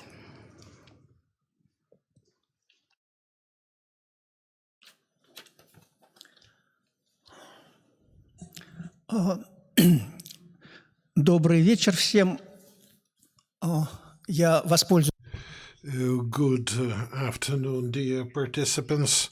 I will address this audience in Russian, since I am from Russia and representing Russia, so it's logical for me to speak Russian, and it's good that I'm speaking at this session about the past, because there were so many wonderful things in the past, in the 90s, and hardly ever that will ever repeat. Excuse my pessimism. The treaty, the 30th anniversary of which we are marking, is an agreement of a new format, something very unique. And the speakers earlier today told us about it fully. I was not involved in the signing of this agreement, although I was working back then for the Russian Ministry of Foreign Affairs. But I was asked to tell you about the atmosphere at that time in Russia and within our ministry. And this is something that I can really tell you about, because I found myself in that ministry in early 91, when Russia was full of hopes about a better future, about democracy, about Russia embarking on quite a new way and about forthcoming changes. This euphoria embraced not only the people involved in the changes, it also extended on to a very big part of the country. The free media were available in many parts of Russia, and people were allowed to travel abroad, and it was quite a step forward, although before traveling one still had to get an exit visa or a permission to leave the country. Yet traveling was already possible. And early 90s were really a unique time, and I'll speak about myself too, and I apologize for that because my fate is also illustrative of the uniqueness of that period of time. I found myself at the Ministry of Foreign Affairs 5 years after I was released from a camp. I spent 4 years in prison for activities that were deemed to be a dissemination of intentionally untruthful information, vilifying the Soviet power. I could not return to Moscow. I lived in the city of Kalinin, working there as a programmer. Then I was allowed to return to Moscow. And all of a sudden, at the end of 1990, Sergei Kovalov, well known here, asked me if I might be willing to work for the Ministry of Foreign Affairs. I think you can imagine my reaction, my response. I was absolutely bewildered right away, could not understand why I should agree. But let me now say something about the attitude of the dissidents to the authorities. They were very cautious as regards any authorities, and we did not intend to participate in politics. But in the 90s, the so-called windows of opportunity emerged, and much could be done if you were vested with a relevant authority, which was shown very vividly by Andrei Sakharov, who was followed by Kovalov, and Kovalov made me follow him. Kovalov and some other former dissidents were elected to the Supreme Council. They were elected representatives of the people, and I was working for the executive body, for the MFA, and it was a unique case of a person with a past of a camp convict working in the diplomatic agency. But I was taken aboard because I knew some English, and I learned that English in the camp by reading books.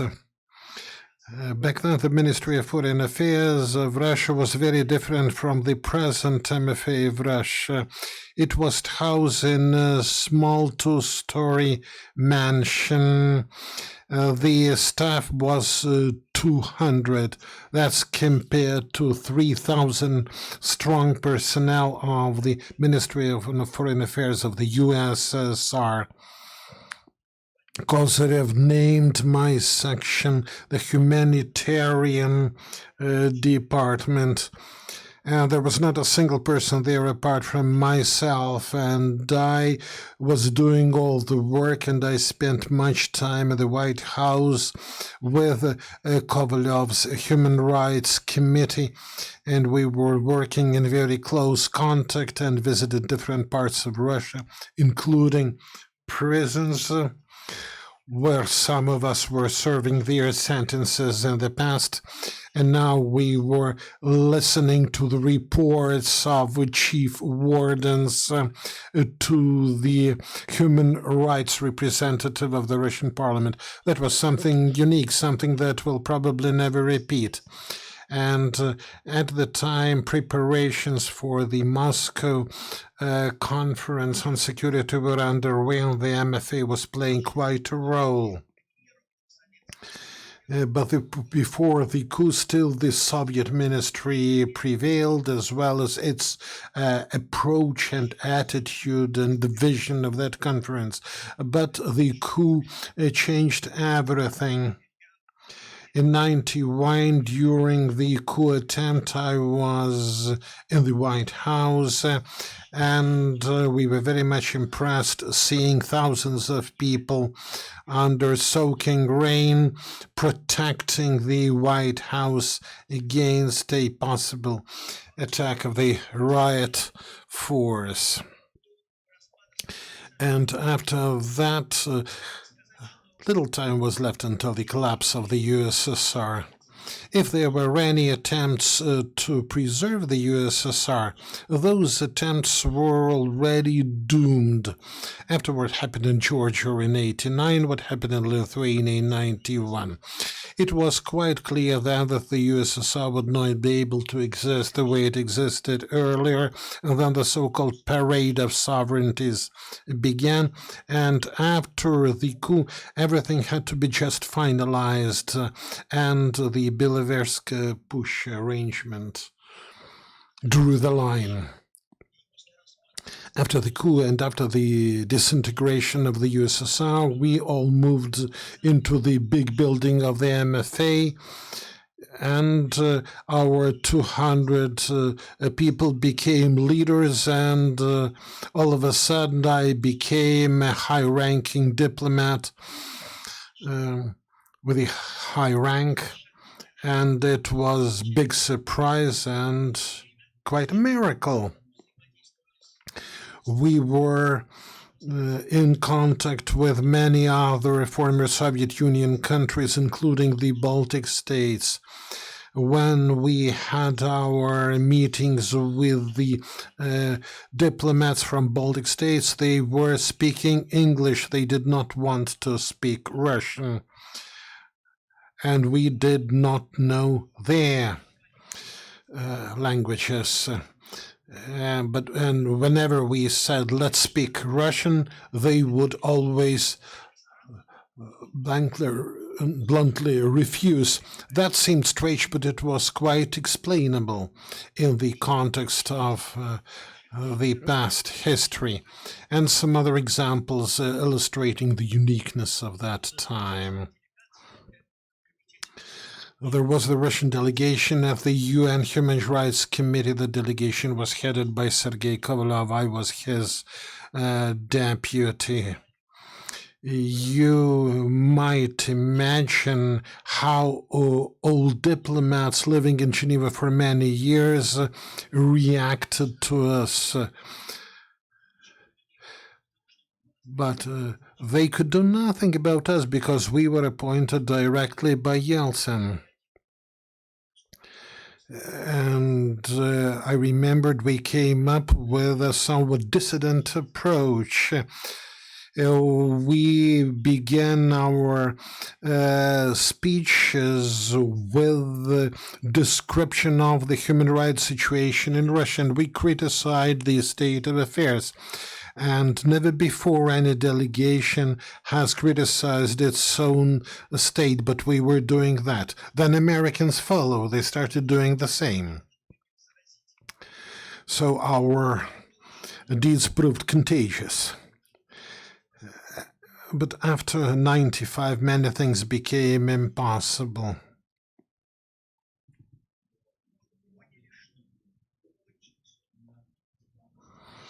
That was the end of the existence of the window of opportunities. And when I left the ministry in 95, I said to Mr. Kozyrev, you won't stay much longer. And that came true.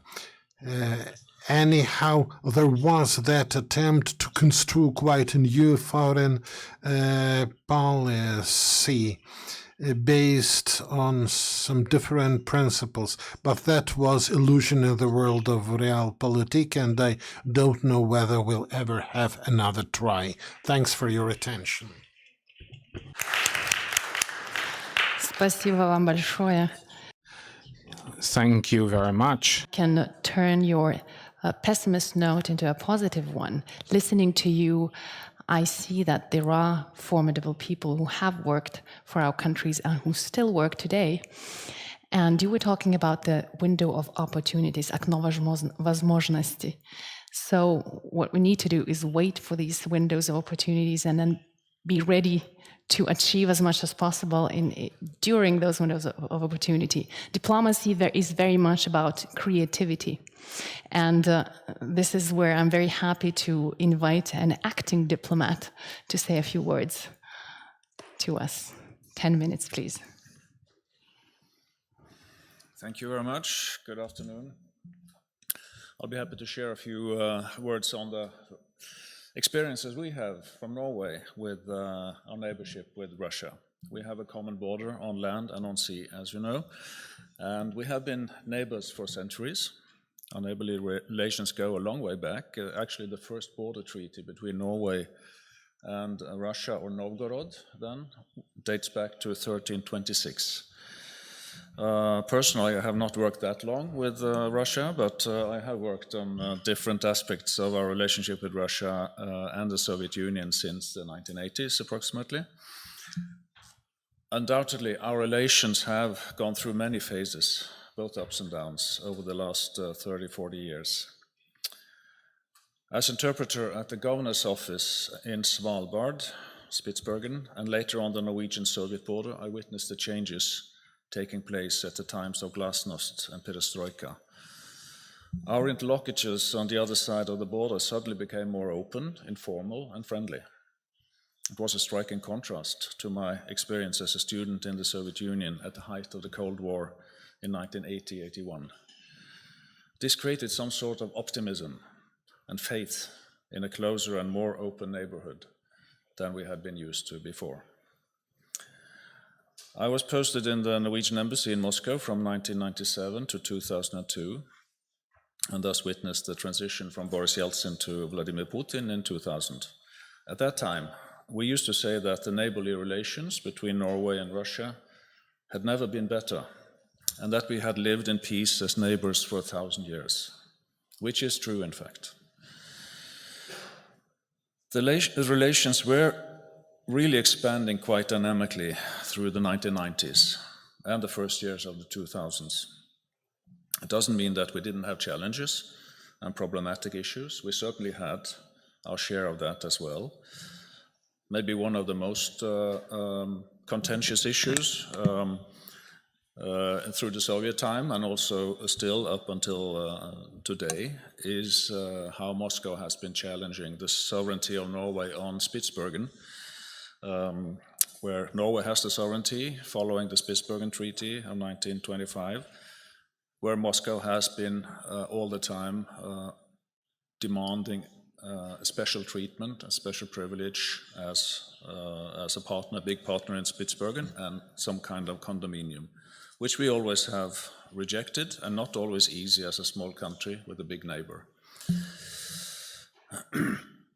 But a highlight in our relations, overall the atmosphere in the 90s and 2000s were constructive, I would say. A highlight in the relations was when we in 2010 finally agreed with Russia on a dividing line between our continental shelves and economic zones in the Barents Sea, after almost 40 years of difficult negotiations.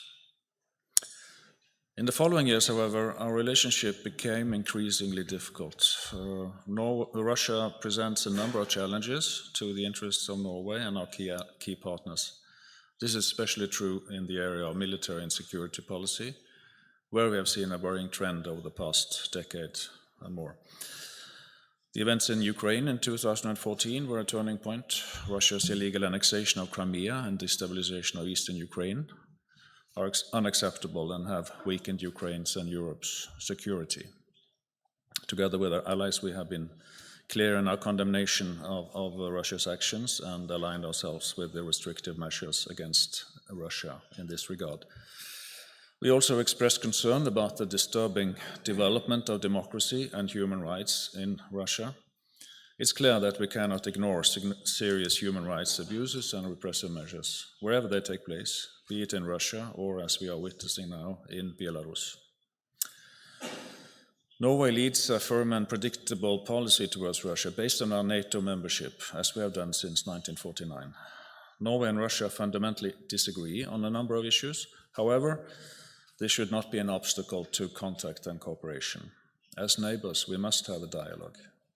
And we do cooperate pragmatically and constructively on issues of common interest, like search and rescue in the sea, Barents Sea, fishery management, nuclear safety and environmental protection, as well as in regional organizations like the Arctic Council and the Barents Council. Norway and Russia are neighbors, both at land and at sea. This has fostered close links between our nations for centuries. In addition, Norway and Russia do not share a history of war and rivalry. Peaceful coexistence has been the norm, both on national level and among those living as neighbors along our border in the far north.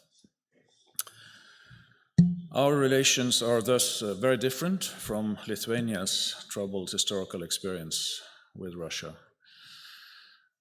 Norway has strongly supported Lithuania in its fight for freedom and independence in the early 90s, and we never recognized the Soviet occupation of Lithuania. We recognized Lithuania's, or recognized or re-established the diplomatic relations with Lithuania on 27th of August 1991. So the Lithuanian approach to Russia differs from ours. That is very understandable, and we respect that. But what we have in common, though, is our strong anchorage in the Euro-Atlantic community.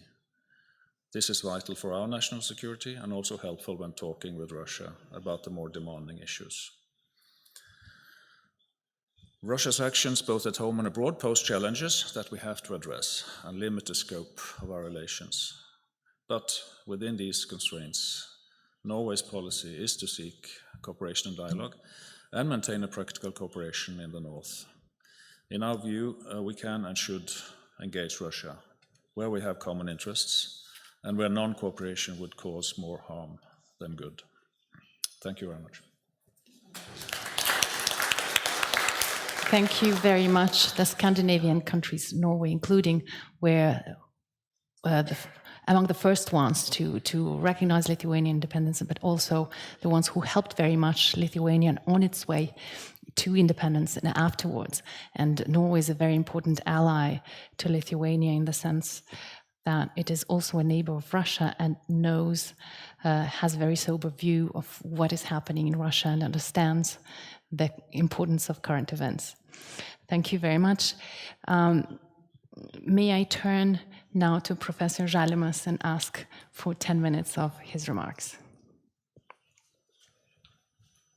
Thank you very much, ladies and gentlemen. First of all, I would like to thank the organizers for inviting me to speak at this important conference. And the conference, of course, first of all, is dedicated to the Treaty on the Fundamentals of Interstate Relations that was signed 30 years ago.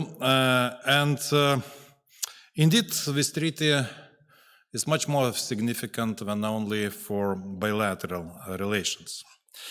This treaty can be associated with a number of different characteristics. For example, courage and determination, because both parties needed some courage and determination in the circumstances when the fate of neither of them was not so clear at the time. And mutual success, because actually the treaty was the result, but that was not the success only of Lithuania, it was the success of Russia as well, because the key provisions of the treaty was really the result of mutual concessions. For example, if to speak about the preamble, the initial position of Lithuania was to mention the 1920 peace treaty between Lithuania and Russia. Initial position of Russia was to treat Lithuania as an ordinary Soviet republic.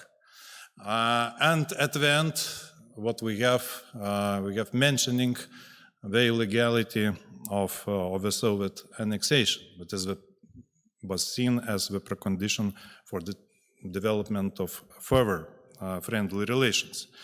As well, we can say the same about Article 1. I'm going to touch a little bit later. From the point of view of Lithuania, the concession was Article 4, what is undisputable.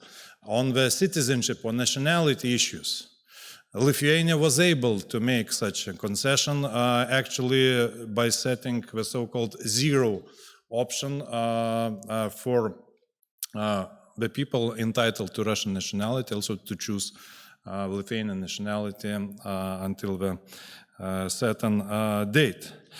And of course, our wording of other articles, such as choosing collective security systems or developing or integrating each other into international market, they are also made by making mutual concessions, and that is important to know. But also, the most important thing that none of those concessions was made at the cost of international law. And that's why the one additional characteristic that can be attributed to the treaty, that is the victory of international law, or the rule of law in general, which is inevitable or necessary precondition for any development of good neighborly relations, because good neighborly relations, we cannot imagine good neighborly relations in case when one of the parties disregard international law, don't respect international law. And why this attribution can be made? It's because of Article 1. I think it is the key article of the treaty. One similarity to 1920 peace treaty, that this article, Article 1, is can be called as eternal clause. That means even in case of termination of the treaty on the fundamentals of interstate relations, this article will remain in force forever. That is because of international law. That's why I'm saying that it is the victory of international law, because recognition in international law is irrevocable. And that's why when we have Article 1 on recognition, it is natural that this article cannot be revoked by any of the parties. Another important thing, that this article is also implements in bilateral relations the provisions of general international law. What do I have in mind? First of all, from 1928, the so-called Bryan-Kellogg Pact on renunciation of war as a means of national politics, we have the principle of non-aggression. According to which, in case of aggression, the state does not cease to exist. We have continuity of statehood. And based on this continuity, the state can restore its independence. That is the case of the Republic of Lithuania. That's why in this article, the most important provision for Lithuanians, of course, but for general international law as well, when we have that the Republic of Lithuania is recognized as a subject of international law according to its state status, as defined in the Fundamental Acts of 11th March 1990. What does it mean? It means that Russia has recognized the Republic of Lithuania as not a new state, but as a state which exists already from 1918. Because it is the key provision of the Fundamental Act of 11th of March 1990, but the Act of Independence of 16th February 1918 had never lost its force. What, in addition, consequences we can also mention? But even from this, in Russian eyes, because it signed this treaty, Lithuania has never been a legitimate part of the Soviet Union. It has been treated as the formerly occupied territory. Therefore, Lithuania cannot be treated as the former Soviet Republic. Therefore, Lithuania had not seceded from the Soviet Union. That is also according to general international law, but fixed in bilateral treaty as well. And that is really the essential precondition for conducting any good neighborly relations for the future. One more important point regarding the dates and the status of the treaty. It has been mentioned today that Lithuania allegedly had been recognized by Russia only in 1992 with the ratification of the treaty. May I disagree with this position, even from the standpoint of the Russian presidency? I think that the fact that Russian president didn't issue any special decree on the recognition of the Republic of Lithuania can be also explained by general international law. Because such issue as a recognition of new states, or recognition in general, because in case of Lithuania, we don't have a recognition of a new state. We do have the recognition of a state status as defined according to 11th of March 1990 Acts. That means that the status is recognized, not a new state. It is enough, according to international law, that on such issues as recognition, usually the position can be announced, can be proclaimed by the head of a state, who acts in international relations as ex officio. And therefore, the fact of the signature of the treaty with the statement on mutual recognition was enough from the standpoint of international law, and never had been doubted by Russia as well. That Lithuania was recognized already on the 29th of July 1991.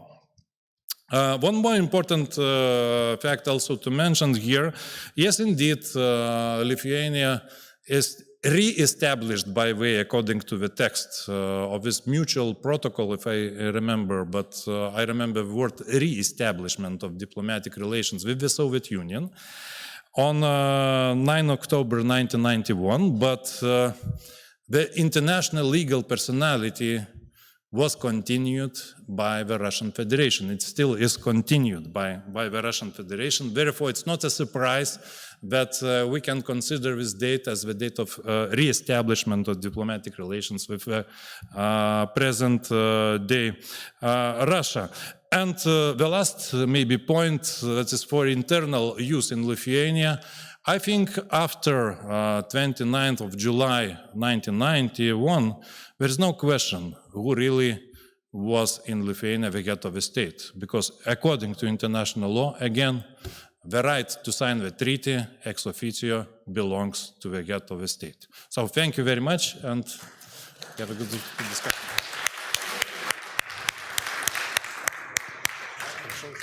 Thank you very much for putting the treaty, the bilateral treaty, in the context, and also underlining its importance with respect to the international law and with respect to the principle of the continuity of statehood. It was a principle of cardinal importance to the Lithuanians and to the other Baltic states. And we know that the Lithuanians were hard negotiations, were steadfast negotiators, and we're happy that they were. But it was a real negotiation, as you said, because we did do concessions. You mentioned, for example, the Article 4.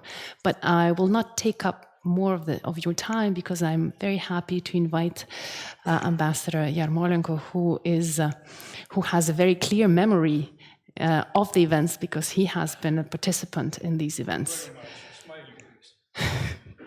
10 minutes. Thank you very much. On plenary. I was preparing the Lithuanian text, but it was 26 minutes, you remember it. Yeah, but it was, date by date. And after I decided to write in English, and it was for past, for present, and for future also. Sorry, I cut it by your support. And maybe on tomorrow we'll be in discussion, because a lot of the sentences as I have in additional from the plenary today.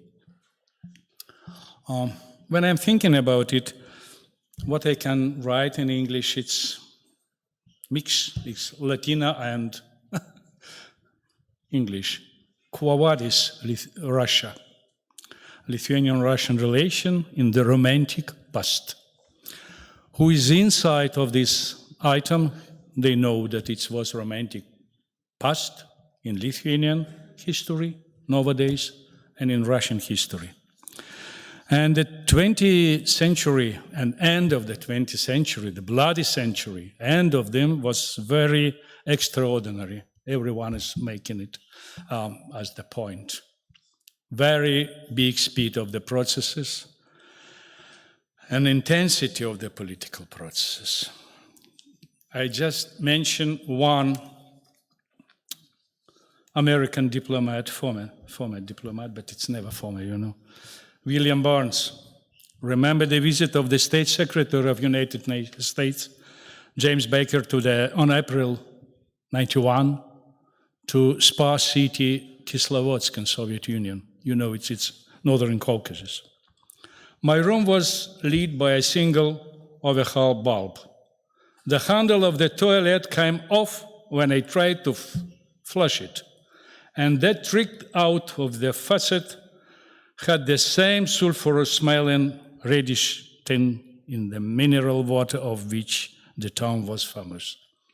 I walked down to the Baker Street to deliver a briefing memo for this meeting the next day with the Soviet foreign minister. On this time it was Shevardnadze. Looking up from the memo, looking up, you imagine it, yeah? It's stenography, it's necessary to see it. Baker asked, "Have you ever seen anything like this?"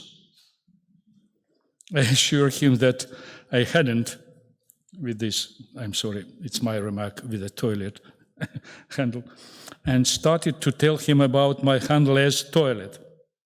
That's not what I mean, he said, unable to restore the Lord. I am talking about the world. Have you seen so many things changing so damn fast? Embrace it, I hadn't, say. This shoe, it's quite a time, he said. I bid you want to see anything like it for as long as you are staying in the Foreign Service of United States. Today, Williams Barnes is director of the Central Intelligence Agency in America. After proclaiming of the re-establishment or restoration of independence by Dr. Jalimas, the Republic of Lithuania on March 11, it was two tasks was necessary to fulfill immediately. The first, obtain the recognition, because the state was de facto and it was necessary to have the jure. And the second task, to obtain the withdrawal of the Soviet troops from the territory of our state.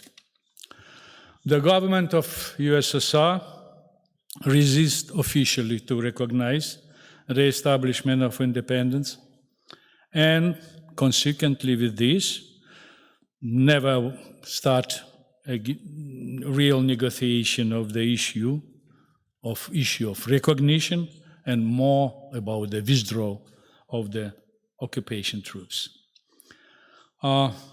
It was kind of the consultation, and without any suitable result, In our negotiation team, we call this process negotiation on negotiation, or Soviet imitation of negotiation. But after that, it was beginning, we mention it by the dates, The state-level negotiations started with the Russian Federation. When they talk about Republican, because Shelov Kavidaev was from the committee of the inter-Republican relation in the Russian Duma, Russian Federation Duma, and Lukin Vladimir Petrovich also. But it was a real state-level negotiation. From our side, it was head of delegation, deputy chairperson of the Supreme Council, Czesław Stankiewicz, and it was a difficult process. I don't mention the details, but after 11 months, the baby was born after 9, and it's a little longer, it was done. The treaty was signed on the Moscow, in White House in Moscow, by Landsbergis and Yeltsin, and treaty was treaty between the Republic of Lithuania and Russian Soviet Federal Socialist Republic of the basis of relation between the states, especially for Mr. Bichkauskas, between the states. Lithuania ratified this treaty on first day of the beginning of the putsch in Moscow. Coup d'etat started on 19. Who is interested on the evening, I can ask you a little bit more in details what it was in the evening of 29 July 1991, why Yeltsin wasn't in the embassy of Mr. Bichkauskas, and it was only Lukin and Rutskoy. And after it was recognition of the Lithuanian state by others in the world, and on December 24th, Russia have declared itself as successor and assumed all rights, responsibilities, and duties of the former Soviet Union. Next year, on January 17, on bilateral communique was signed by the Vytautas Landsbergis and Boris Yeltsin. The former Russian troops were presented on our territory, officially was defined as the withdrawing forces under the jurisdiction of the Russian Federation. On January 31st, 92, withdrawing negotiation started. January 31st, Shahrai was coming here with the big delegation, and it was in Draugiste Hotel. Very interesting, long speaking. After he's coming with the delegation to Riga and after to Tallinn. On June 14, in Lithuania was a referendum. More than 90% of people who presented, from 76% who have the right to vote on the referendum by our law, Lithuanian law, expressed to demand that withdrawal of the former USSR troops from the territory of the Republic of Lithuania be commenced immediately and completed in 92, and that the damage inflicted of the people of Lithuania and the state be compensated. From this moment, Lithuanian government and Lithuanian team of negotiation start to use so-called international frames of the process of negotiation to withdraw Russian troops. I mentioned Petersburg-Bonn Declaration on 19 June 92, made by West Europe Union. It was a very interesting organization. West Europe Council of the Minister, usually it's foreign ministers, in the presence of the 3 Baltic foreign ministers, started that presence of the foreign forces on the territory of the sovereign state requires the explicit consent of the state.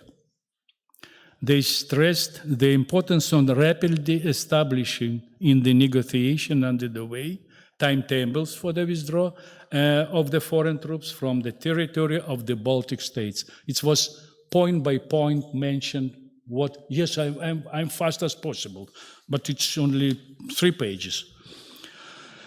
After, on July 10, it was fax it to the CSCE summit and our team, and briefly talk. The phrase we use in the team was withdraw as soon as possible. Everyone from the team, and Saulis and Gediminas Širknis, remembered it. Now I will be very, very brief, but it's 11 points. On August 6th, 92, Russian Foreign Minister Andrei Kozyrev, mentioned by Mr. Bakhmin, invited the Foreign Minister of the Baltic States in wonderful palace in Moscow and said, raise the demand of the protection of the so-called Russian speakers as the precondition for the withdrawal of the troops. Listen me, saying that Russia would withdraw troops by 1994 if the following condition will fulfilled. First, law concerning the rights of the Russian speakers would be changed. Second, claims to border zone territories would be discredited. It's mainly for Estonia. Third, the armed forces were given a legal status for their presence until the withdrawal. Legal status, they wanted. Fourth, strategic military possessions were preserved. You see, you listen it. Strategic military possessions were preserved in the sovereign country of Lithuania. The fifth, the demand for compensation of damage during the 1994-91 were rescinded, annullирован. The Baltic states would undertake the construction of the house for the military. We do it. Russia would be given guarantees for free military transit to Kaliningrad. It's interesting, free military transit to Kaliningrad. The case was only in India, Goa territory, and so on and so on. The real estate of other possessions left by the demanding troops will be compensated for Russia. Barracks from the Tsar time, and so on and so on. The social protection of the military of their families will be guaranteed. The Baltic state would abstain for the one-side action during the withdrawal period. We will be calm, absolutely. We don't move by Kozyrev. I respect this very much. And the 11, discrimination of the Russian legal and natural persons in the sphere of ownership and property relation would be abolished. This so-called demand or precondition or ultimatum in international context was very strange and a bit dramatic.